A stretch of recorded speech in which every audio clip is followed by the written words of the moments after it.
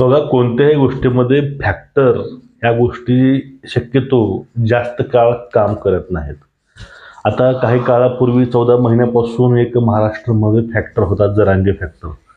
त्यांनी लोकसभेत थोडंसं जादू केली, पण यावेळी विधानसभेला त्याची जादू चालली नाही.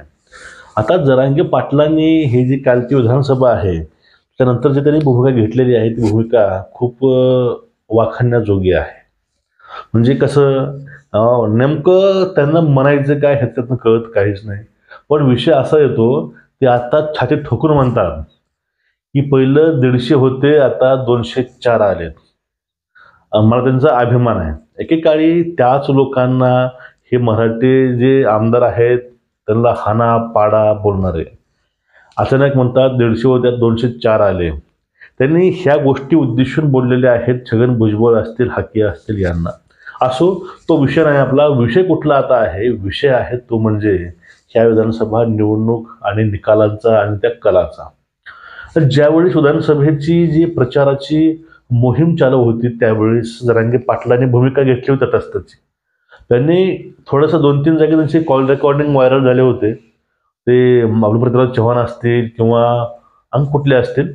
पण याच्यानंतर जे महाराष्ट्रानं पाहिलं, जे महाराष्ट्रानं बघितलं, जे राजकीय उलटापालट जशी ते माजवली होती, पण मराठ्यांनी नेमकं शरद पवारांची जिरवली कशी, जरांगे पाटला जिरवली कशी, हे पण पाहणं खूप महत्त्वाचं आहे याच्या माध्यमातून. आता सर्व मराठ्यांचे प्रथमतः आपण आभार मानू. सर्व मराठा समाज असेल, ओबीसी समाज असेल, सर्वांच्या ठिकाणी जाहीर आभार मानले पाहिजे. कारण काय, जर मराठ्यांनी प्रथमतः नो मानेचे आभार मानले पाहिजे. जो नो माने नावाचा एक व्यक्ती आला होता त्याचे आभार मराठा समाजाने म्हणा किंवा पूर्ण भारताने मानले पाहिजे. जर सज्जाद नोमाने नावाचा इसम जर जरांगे पाटील सोबत आला नसता तर एवढे उलटापालट एवढे बघता आले नसते. आले असते पण एवढे प्रचंड पाहता आले नसते. कारण त्यावेळेस भारतामधील प्रत्येक घटक जागरूक झाला.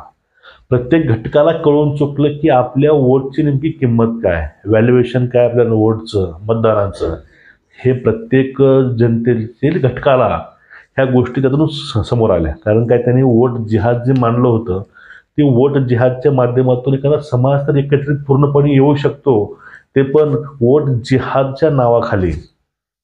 त्याचे शिपे सालार, शरद पवार, त्याचे आजिम शिपाई, राहुल गांधी, उद्धव ठाकरे हे त्याने बोलले होते नोमानेने. ते आपण वैयक्तिक आपण म्हणायचं काही सांगत नाही. मग त्याच्या माध्यमातून ज्या प्रकारे तो विशिष्ट समाज एकत्रित आला, तसाच या ठिकाणी भारतामधील आणि खास करून महाराष्ट्रामधील जो समाज आहे, जो शिवरायांच्या काळामध्ये 18 पगड जातींच्या नावानं एकत्रित नांदायचा, तो समाज परत आरक्षणाचा मुद्दा असेल, सामाजिक हेवेदेवे असतील, ह्या सर्व गोष्टी सोडून एक छत्राखाली एक हाती तो मतदान करू लागला महायुतीला. फक्त कारण कुठलं आहे? कारण फक्त आहे की यांच्या नाकाला डिवचलं गेलं. यांच्या ज्यावेळेस अस्मितेवरती गोष्ट आली, बोट दाखवलं गेलं त्यावेळेस आता विषय उरतो दलित जे मतदार आहे महाराष्ट्रातील त्यांचा आहे. त्यांना विसरून चालणार नाही.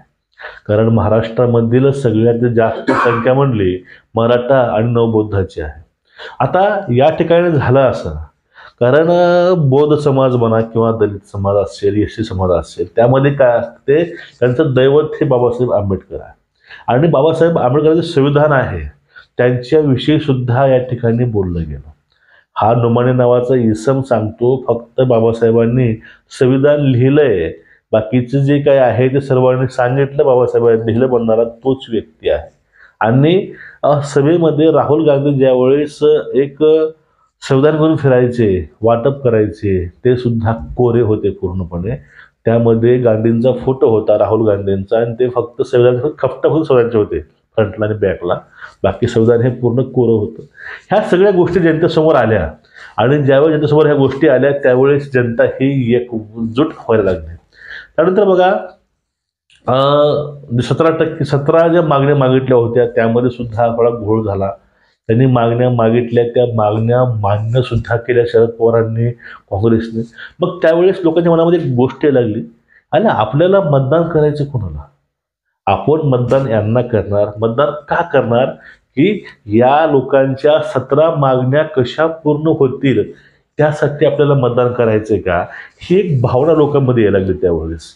त्यामुळे लोकांनी ठरवलं आपल्याला वोट हे आपल्याकरता करायचे, आपल्याला वोट हे त्यांच्याकरता करायचं नाही. त्यामुळं सुद्धा यामध्ये मायनस पॉईंट होत गेला. आता विषय कुठला येतो? विषय येतो शरद पवारांचा, जरांगे पाटलांचा आणि आघाडीचा. आता शरद पवारांची खरंच मराठ्याने जिरवली का हे सुद्धा पाहणं गरजेचं आहे. ज्या प्रकारे बघा मनोज जरांगे पाटलाचा सूर बदलला ह्या निवडणुकीच्या निकालानंतर, ते म्हणत आहेत आता की मी तटस्थ होतो, मराठ्यांनी भाजपला वोट केलं. होय, मराठ्यांनी एक हाती भाजपला वोट दिले, ते आरक्षणामुळं नाही दिलं. त्यांनी वोट दिले ते फक्त हिंदुत्वामुळं दिले. त्यांनी वोट दिले फक्त शिवरायांच्या विचाराला. त्यांनी वोट दिले स्वराज्याच्या विचाराला. त्यांनी वोट दिले हिंदुत्व जपणाऱ्या पक्षाला. आणि यावेळेस जरांगे फॅक्टरचा विषयच कुठे येत नाही. विषय फक्त येतो या ठिकाणी ओबीसी मराठा परत एकत्र झाले, परत एकत्रित येऊन त्यांनी वोट केले. ही म्हणायला पुष्टी आपल्याला अशी भेटते कारण 288 पैकी 204 आमदार हे मराठा आहेत. हे मराठा फक्त मराठा वोट न झालेले आहेत, त्यांना सगळ्या कास्टनं वोट केलेलं आहे, जाती कुठलेही असो. यावेळेस जात फॅक्टर चालला नाही. कास्ट हा जो फॅक्टर आहे शरद पवारांचा, तो फॅक्टर महाराष्ट्रामध्ये यावेळेस चालला नाही. इथं फक्त फॅक्टर चाललाय, तो म्हणजे हिंदू फॅक्टर. ज्याप्रमाणे मुस्लिमांचे मतं हे एकत्रितपणे आघाडीला पडले, तसेच भारतातील हिंदूंचे, बौद्धांचे, जैनांचे मतं हे एक हाती युतीला पडलेले आहेत. कारण अस्मिता, धर्मयुद्ध हेच या ठिकाणी विजयी झालंय. परत एक वेळेस दाखवून दिले महाराष्ट्रानं की असत्यावर सत्याचा विजय, अधर्मावर धर्माचा विजय हा नक्कीच होत असतो. सत्य हे कधीच पराजित होऊ शकत नाही, ही गोष्ट यातून समोर आली. आणि ओबीसी मराठा या ठिकाणी एकत्रित येऊन या ठिकाणी विधानसभेला अभूतपूर्व यश दिलेलं आहे. आता पुढील काळामध्ये जरांगे पाटलांनी सांगितले की आपण उपोषण करू. मग त्यावेळेस मराठा समाजाने फक्त एक विचार केला पाहिजे, अजून परत 2 समाजामध्ये भांडणं लागवायला नको आहे, परत अजून महाराष्ट्रामध्ये अशांतता माजायला नको आहे. आरक्षण मराठ्यांना मिळालं पाहिजे, ते आरक्षणाची क्षमता वाढवून, नाहीतर 51% आतमध्ये एक विशिष्ट प्रवर्गामध्ये, ते ओबीसीमध्ये न जाता एका बाजूला. कारण पूर्ण समाज ओबीसीमध्ये आला तर ते आरक्षण राहणार नाही. त्यामध्ये पूर्णपणे कोंडी होऊन जाईल आरक्षणाचे. त्यामुळे आरक्षण पाहिजे, आरक्षण वेगळंच पाहिजे आपल्याला मराठ्यांना, आणि आरक्षण हे मराठा म्हणूनच पाहिजे. हे या ठिकाणी गोष्ट महत्त्वाची आहे. आणि आता मराठाच्या मागण्या मान्य करण्यासाठी वोट आपण दिलेलं आहे. कारण त्यावेळेस बघा पाटलांनी एक गोष्ट बोलले होते, जे कोणी आपल्या मागण्या पूर्ण करू शकतो तुम्ही त्यांना वोट करा. जनतेनं ऐकलं, ही समाजाने हे ऐकलं, समाजानं एक हाती होऊन. त्यांना माहिती आहे जर आपण शरद पवारांना निवडून दिलं, तो व्यक्ती आपल्याला आरक्षण देऊ शकणार नाही, ते आपल्या मागण्या पूर्ण करू शकणार नाही, हे जनतेला मराठ्यांना माहीत होतं.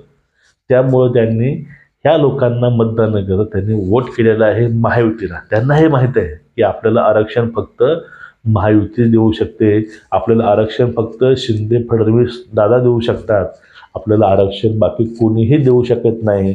हे मतदारांनी ओळखलं वेळीच आणि त्यांनी सहकार्य केलं युतीसाठी, युतीची हातं बळकट करण्यासाठी. आणि महत्त्वाची गोष्ट आपल्याला या ठिकाणी असं सांगता येईल, आपल्याला या ठिकाणी जे महत्त्वाची गोष्ट मला सांगतो मी आता, ती गोष्ट बघा. आता जरांगे पाटील म्हणत असतीलही, त्यावरती आपल्याला जायचं नाही. मुळात विषय काय आहे, ज्याप्रमाणे विश्वास दाखवला मराठ्यांनी की आपल्याला हे शासन, आपल्याला हे सरकार आपल्याला आरक्षण देऊ शकतं, तर हा विश्वास फक्त हे सरकारनं कायम ठेवावा.